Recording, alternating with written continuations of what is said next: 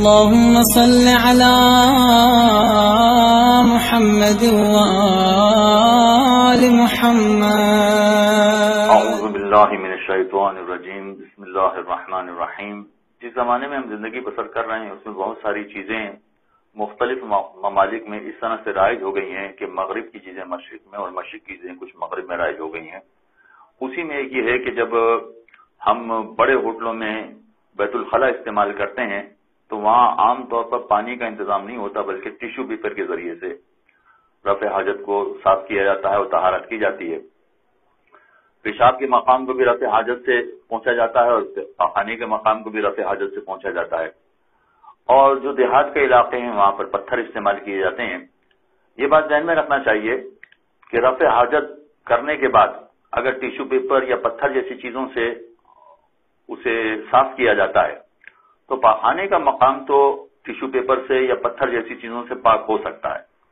پاک ہو سکتا ہے کہ مطلب ہے کہ بعد میں اگر اسے پانی سے نہ بھی دھویا جائے اور براہ راست وضو کر کے یا غسل کر کے نماز پڑھ لی جائے تو آپ کی نماز صحیح ہو جائے گی۔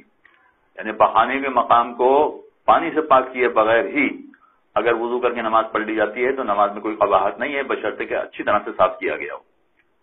لیکن پیشاب کے مقام کو جب تک پانی سے پاک نہیں کیا جائے گا اس وقت تک وہ پاک نہیں ہو سکتا ہے۔ ٹیشو پیپر سے آپ پیشاب کے ذرات اور پیشاب کے قطروں کو خشک تو کر سکتے ہیں، پتھر کے ذریعے سے مثلا سکھا تو سکتے ہیں، مگر اسے پاک نہیں کر سکتے۔ لہذا اگر ٹیشو پیپر استعمال کیا گیا ہے پیشاب کے مقام کو خشک کرنے کے لیے یا صاف کرنے کے لیے تو خشک ہو جائے گا، صاف ہو جائے گا مگر پاک نہیں ہوگا۔ لہذا اگر نماز پڑھنا چاہتے ہیں تو نماز سے پہلے پیشاب کے مقام کو پانی سے پاک کرنا پڑے گا، اس لیے کہ پیشاب کا مقام فقط اور فقط پانی سے پاک ہو سکتا ہے، باقی کسی اور چیز سے پاک نہیں ہو سکتا۔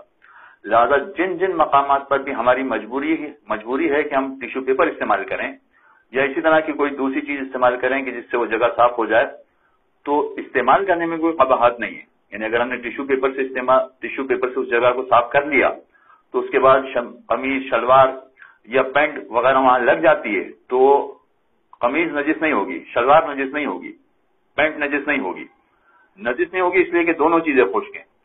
ہماری پینٹ بھی خشک ہے اور پیشاب کا مقام بھی خشک ہے، لہذا نجس نہیں ہوگی۔ لیکن نماز پڑھنے سے پہلے ہمیں اس مقام کو پاک کرنا پڑے گا، اس کے بعد ہی ہم نماز پڑھ سکتے ہیں، اس لیے کہ یہ چیز صاف ہوئی ہے، پاک نہیں ہوئی۔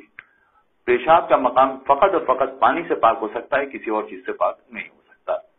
صلی اللہ علیہ محمد وآلہ اللهم صل على